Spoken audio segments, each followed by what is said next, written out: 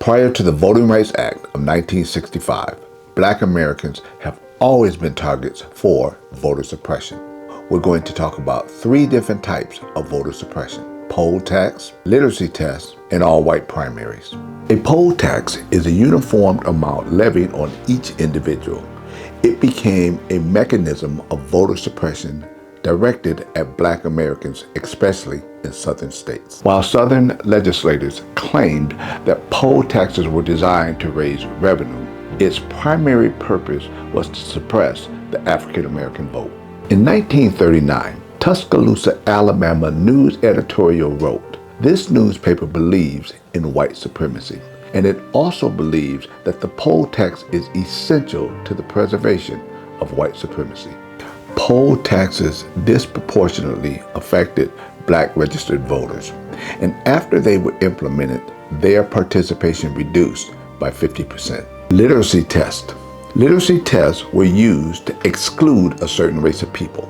Literacy tests were administered by the people in charge of voter registration. Voter officials, which were always white, had the discretion to pass or fail anybody based on race. In the 1900s, 50% of voting-age Black men could not read.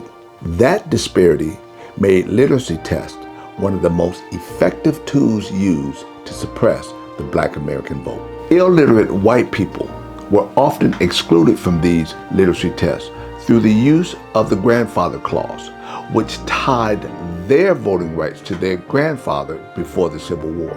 Of course, the former enslaved had no voting rights, therefore they could not benefit from this provision. All-white primaries. When literacy tax, poll tax, and grandfather clause failed to circumvent the 15th Amendment, white legislators turned to all-white primaries in southern states. This all but eliminated the Black presence in the electoral process.